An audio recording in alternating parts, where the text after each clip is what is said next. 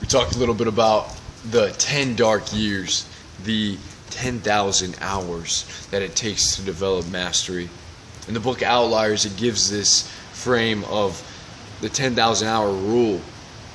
What is it? It's like 3 hours a day over the course of a year, 365 days, and then for 10 years. And you get a little bit over 10,000 hours. You know, and I'm 23 years old. And say my 10 dark years have started when I was 20 years old. I'm 23 now. I'm only 3 years deep. I've got 7 years left to go.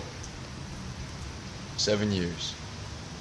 And I don't even know what's going to happen then. But that 10 dark year period, looking back from when I was 20 years old, I'm thinking about the way I've grown, the things that I've learned.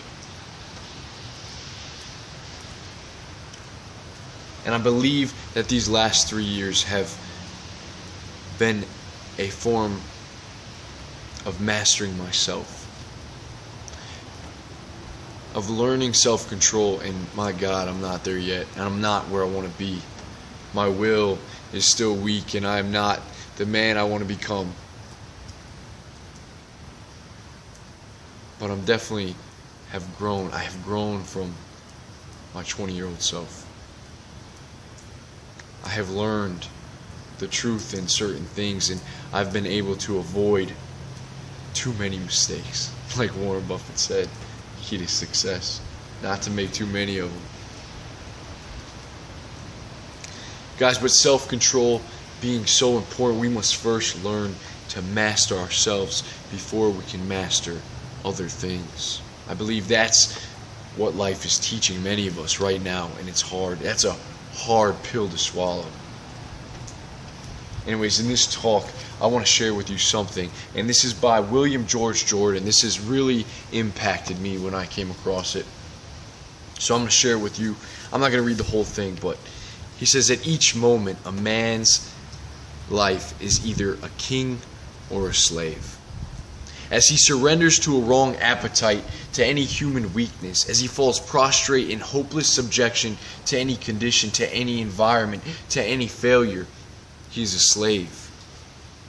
As he day by day crushes out human weakness, masters opposing elements within him, and day by day recreates a new self from the sin and folly of his past, then he is a king. He is a king ruling with wisdom over himself. Listen to this part. Alexander conquered the whole world except Alexander. Any man may attain self-control if only he will. If only he will, guys. We have to have this iron will. I'm going to go a little further in this. He says, nature is a thorough believer in the installment plan in her relations with the individual. No man is so poor that he cannot begin to pay for what he wants. And every small individual payment that he makes, nature stores and accumulates for him as a reserve fund in his hour of need. With nature, the mental, the physical, or the moral energy he expends daily in right doing is all stored for him and transmuted into strength.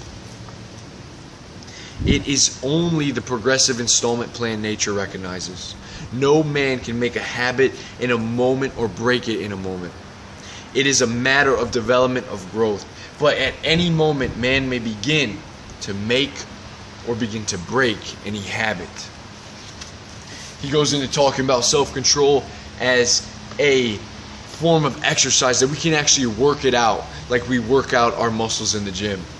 And he gives a few exercises. I'm going to share them with you real quick. He says dropping a book that's intensely interesting for a short period of time and getting up and doing something that is maybe less pleasurable.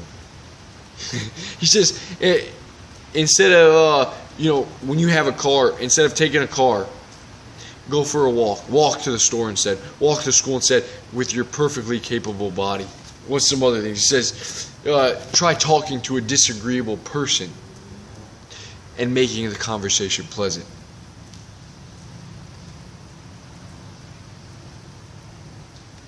He says, these daily exercises in moral discipline will have a wondrous tonic effect on a whole man's moral nature.